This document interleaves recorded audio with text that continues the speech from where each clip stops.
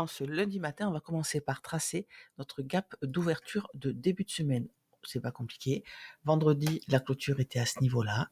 On place un Fibo jusqu'à l'ouverture de dimanche soir.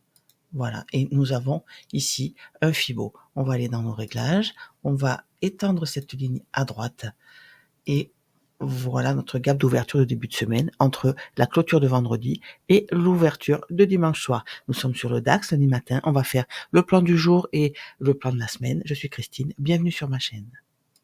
Et ça y est, nous y sommes. Les élections américaines, c'est mardi, demain. Donc aujourd'hui, on a un chiffre qui nous intéresse pour notre DAX à 10h-5. Ici, le PMI, on peut l'utiliser comme d'habitude. On regarde juste avant. Sur le DAX, c'est pas les autres indices américains, ça ne sert à rien. Au moment de l'annonce, on regarde où est la liquidité au-dessus et en dessous. Et on attend une prise de liquidité et un setup. Par contre, demain, je pense que je ne traderai pas. C'est une journée d'élection. Le cours peut prendre ou perdre 1000 points comme pour rire. Mais ceci dit, avec ces annonces, nous avons aussi le PMI évidemment, mais c'est surtout le jour des élections. On peut avoir le plus haut et le plus bas de la semaine demain. Regardez, la semaine dernière, on a eu, ça c'était en 4 heures, voici ce qu'a fait le prix. Vous vous rappelez le prix d'ouverture de 10 heures, le gap d'ouverture début de semaine dernière, on a créé cette liquidité hebdomadaire temporelle, on l'a pris avant de chuter et d'avoir ici le retracement de fin de semaine. Donc voilà toute la semaine que nous avons eu. Aujourd'hui, gap d'ouverture de début de semaine, on n'a pas encore le reste, on n'a pas encore la liquidité temporelle, néanmoins, voilà comment s'articule une semaine. Et vous voyez que la semaine dernière aussi, le prix, comme c'est souvent le cas, a fait un plus haut le mardi.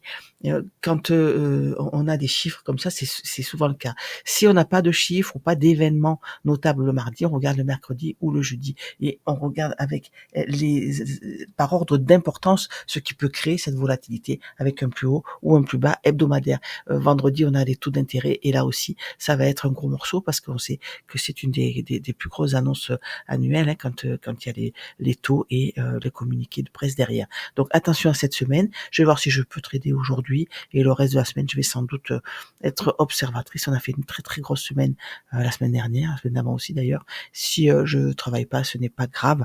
On ne force pas les choses. On attend vraiment d'avoir notre setup. Donc la liquidité temporelle a été mise à jour, hebdomadaire, mensuelle, daily, et aussi les hauts et bas dès qu'ils zonent London, New York et l'Asie. On a cette impulsion baissière, le jeu comme d'habitude, quand on a 3 bougies, quelle que soit l'unité de temps, c'est de savoir si la troisième va nous laisser une imbalance. Donc le bas de cette bougie est à 12 299,5, c'est facile pour savoir vraiment les chiffres exacts sans perdre du temps sur les graphiques. On met la souris sur une bougie et voyez en haut ici vous avez prix d'ouverture, le haut, bas et le prix de clôture. Donc cette bougie ici nous a laissé ce market shift sur les 12 299,5. Et ce qu'on veut voir nous, c'est si on arrive à se reconnecter pour pourquoi pas continuer la chute. On se rappelle que c'est très instable avec les élections américaines et que toute incertitude ne plaît pas à nos investisseurs. Donc au gros à ceux qui font bouger le marché. Donc price action, quand on a 2 bougies comme ça baissières, on s'attend au milieu d'une trend haussière. Le jeu, c'est de savoir si on va arriver à la fermer entièrement à la hausse. Néanmoins, ouverture sous le prix de clôture, première impulsion vers le haut, on s'attend à ce que sur un niveau clé, sur une équité temporelle, on ait un reversal pour aller encore faire un premier mouvement vers le bas. Donc nous avons le point médian de cette mèche qui est noté ici par ce pourpre et en dessous nous avons le plus bas de vendredi, le plus bas hebdomadaire et encore une fois le plus bas mensuel. Voilà les niveaux sur lesquels le prix peut travailler. Nous sommes que lundi, première impulsion vers le haut, on va voir jusqu'où le prix va aller avant de se retourner. Pourquoi ce postulat de se retourner? Mais tout simplement, comme la semaine dernière, quand une bougie s'ouvre en weekly, là nous sommes en H4, mais en première impulsion est souvent une fausse course avant d'avoir le vrai mouvement et ensuite un petit retracement. Chaque bougie, comme que ce soit en n'importe quelle unité de temps, se crée comme ça. Cette bougie haussière, nous avons ouvert à ce niveau-là, première petite impulsion vers le bas, vrai mouvement, et pour faire la mèche du haut, nous avons ce petit retracement ici. Bougie baissière, ouverture à ce niveau-là, première impulsion vers le haut, vrai mouvement vers le bas, et ensuite pour créer la mèche du bas, nous avons eu ce petit retracement. Donc on suppose évidemment que puisque c'est toutes les probabilités qui nous guident, puisque ça se passe comme ça la majorité du temps. C'est très rare les bougies qui n'ont pas de mèche du tout. Donc à ce moment-là, on suppose que ça va être pareil en weekly. C'est pour ça que j'ai noté ici le market shift hebdomadaire en bleu, celui qu'on a vu précédemment, et on va affiner tout ça pour avoir notre plan. Ici, on a un bon exemple de pourquoi les fractales et comment elles peuvent vous perdre. Au début, c'est déstabilisant. Vous voyez ce niveau de market shift ici qu'on a évoqué plusieurs fois. On l'a cassé à la baisse, on attend de voir si on réagit dessus. Et on peut voir que ici, avec cette bougie de vendredi, on l'a déjà atteint. Mais c'était la semaine dernière.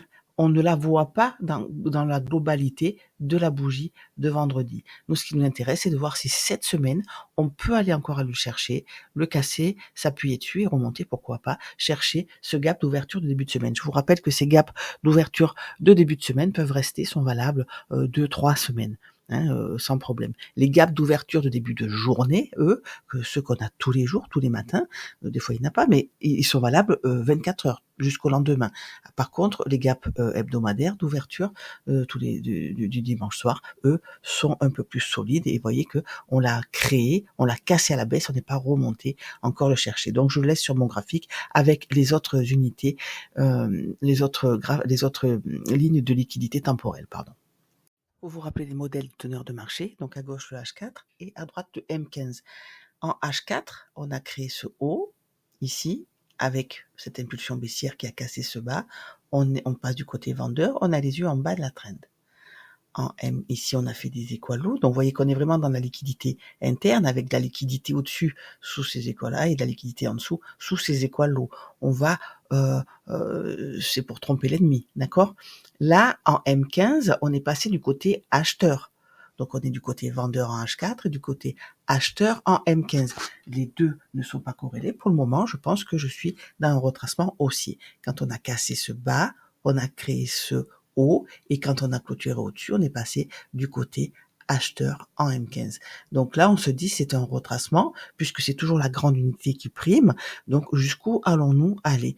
Potentiellement, on peut aller chercher les équales, cette liquidité ici et les équales. On peut refaire un troisième équal ici avant de redescendre chercher cela. Ça va être très compliqué. En plus, cette semaine d'élection, vous le savez, on en a parlé en début de vidéo. Donc pour le moment, moi ce que je vois, c'est qu'on a créé ce haut sur notre market shift de vendredi, avec le plus haut de vendredi par la même occasion, c'est une liquidité temporelle, et on a ce haut au-dessus de nous.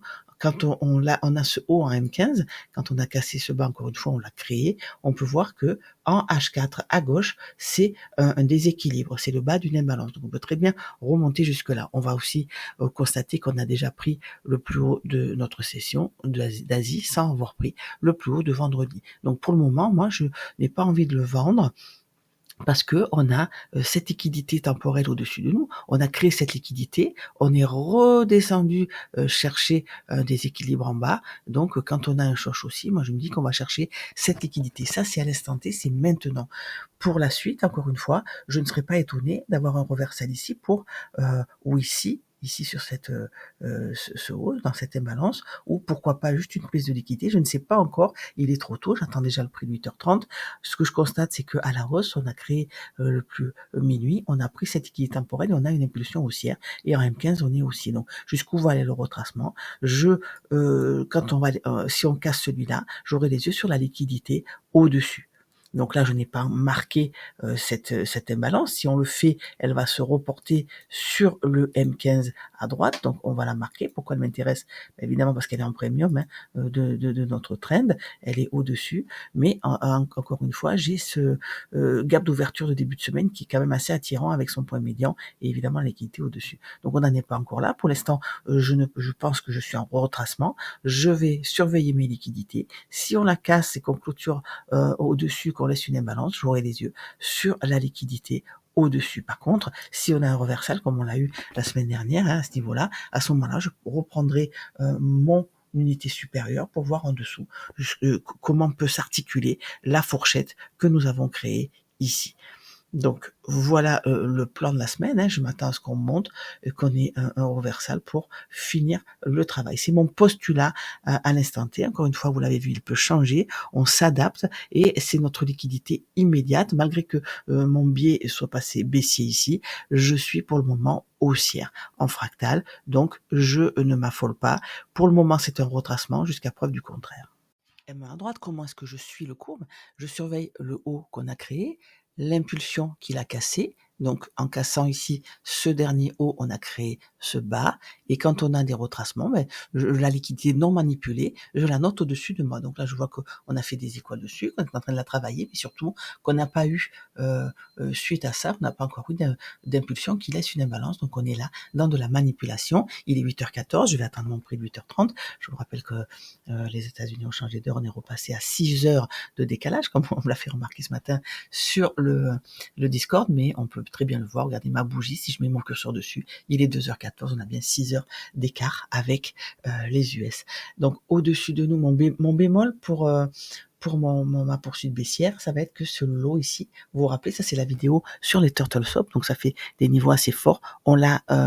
On l'a pris légèrement et j'ai regardé sur plusieurs de mes comptes et même sur Futur, on l'a pris de pas beaucoup, mais on l'a pris. Ce ne sont pas vraiment des equals. Il y a quand même beaucoup de liquidité en dessous, hein, mais c'est quand même une prise de liquidité qui peut nous ramener potentiellement assez haut. Vous savez, dans ces cas-là, ce que j'aime moi, c'est qu'on crée une fourchette avec par exemple, ce bas et ce haut, qu'on reprenne le haut, qu'on aille reprendre le bas et ensuite, si on clôture en dessous, qu'on confirme avec une autre impulsion, je vais le vendre jusqu'à la liquidité, encore une fois, en dessous. Mais dans cette fourchette-là, je me méfie et j'attends encore une fois qu'on repasse baissier en M1 pour le vendre jusqu'à la liquidité immédiate. Et c'est là que je prendrai des partiels et que je suivrai mon trade petit à petit. Donc voilà comment je travaille. Encore une fois, on peut avoir demain, jour des élections, le plus haut ou le plus bas de la semaine. On peut vraiment, ça peut être très très impressionnant les jours d'élection. Vous allez voir pour ceux qui arrivent sur les marchés. Je sais que ce ne sont pas la majorité, hein, il y a des gens aguerris avec nous, mais à chaque fois c'est un film, hein, un film d'aventure à regarder ces jours d'élection et c'est très très agréable, même si on est spectateur et qu'on ne veut pas prendre de risques, ce que je comprends tout à fait. Personnellement, je ne suis pas sûr de trader cette semaine.